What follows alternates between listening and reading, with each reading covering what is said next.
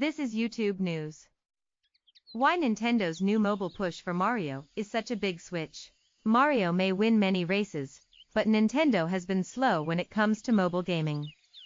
The planned release of Mario Kart Tour and Dr. Mario on mobile this summer will be a big test for the company, long a dominant player in the video game console and game software markets. Nintendo's strategy of integrating characters core to its legacy in mobile is a hesitant step for a company that appreciates the value of the smartphone industry, but is cautious of letting go of one of its most valuable assets, said Joost van Dreunen, SuperData founder and CEO. But Van Dreunen thinks this time there is a good chance Nintendo gets it right. Nintendo's ecosystem relies on its IP and its subsequent fan loyalty. If it were to sell away titles to mobile, they would effectively be selling away control of its greatest asset, Van Dreunen said. Its experiments in mobile to date have had mixed results. Augmented reality phenomenon Pokémon Go attracted millions of fans but was part of a larger strategy to convince consumers to buy the Pokémon console games that were introduced a year after the mobile release.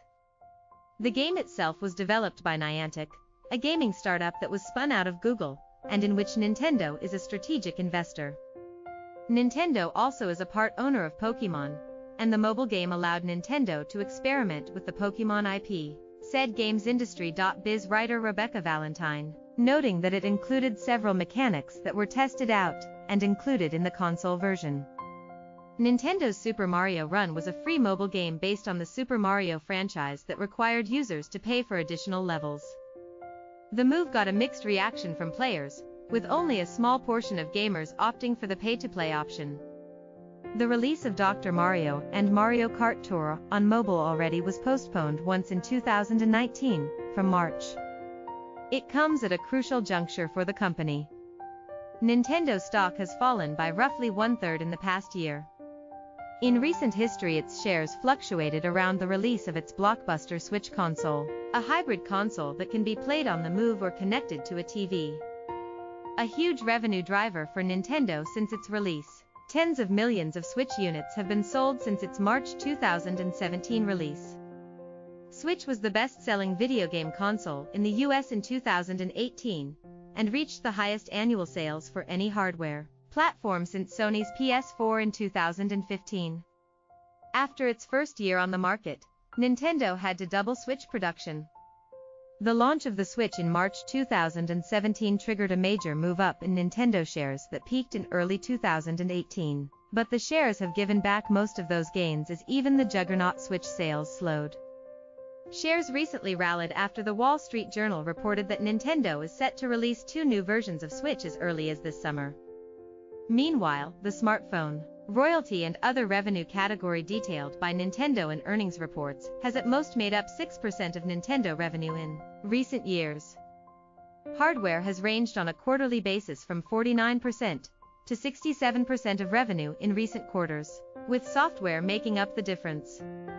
Its share of the top 20 best-selling console and PC games market dipped from roughly 30% in 2017/2018 to an estimated 24% in 2019, according to Deutsche Bank estimates. In a recent recommendation of Nintendo shares to investors, Deutsche Bank cited the 2 smartphone game titles slated for mid-2019 as one of the drivers, but said the moves come amid a softer overall market for games software, and after a dry spell, and substantially diminished investor expectations. The bank's analysts added that investors' expectations are so low that mobile gaming can be considered an incremental positive. Nintendo declined to comment ahead of the planned summer release. Nintendo has many titles that are a good fit for mobile, said Carl Livy, managing director at AppLovin, Dr. Mario and Mario Kart among them.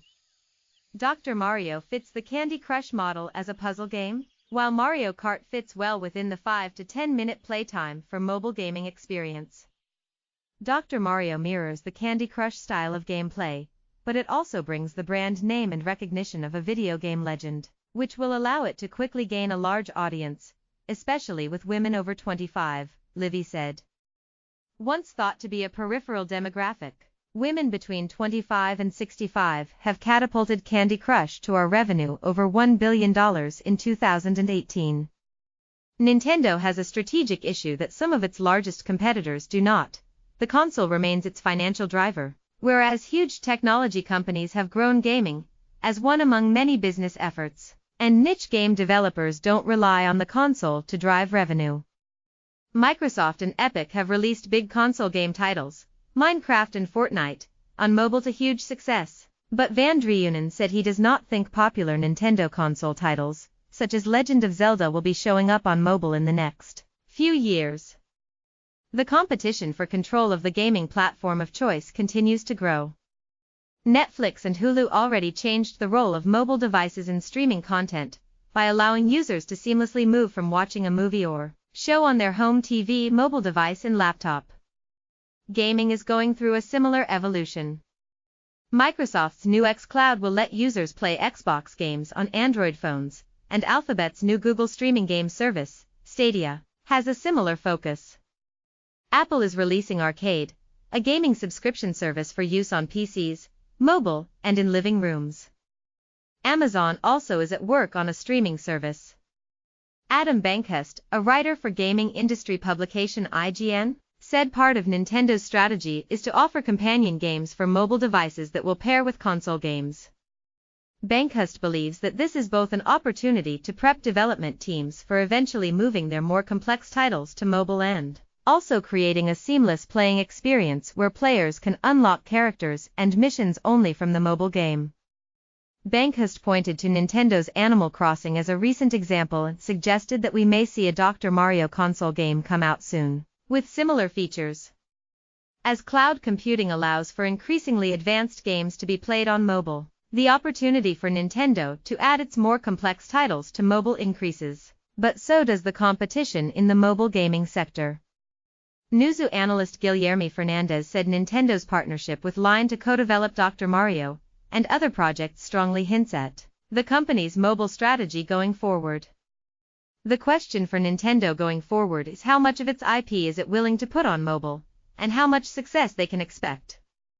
Nintendo may be slow to the game, but when they get there, they're going to kill it, Van Dreunen said.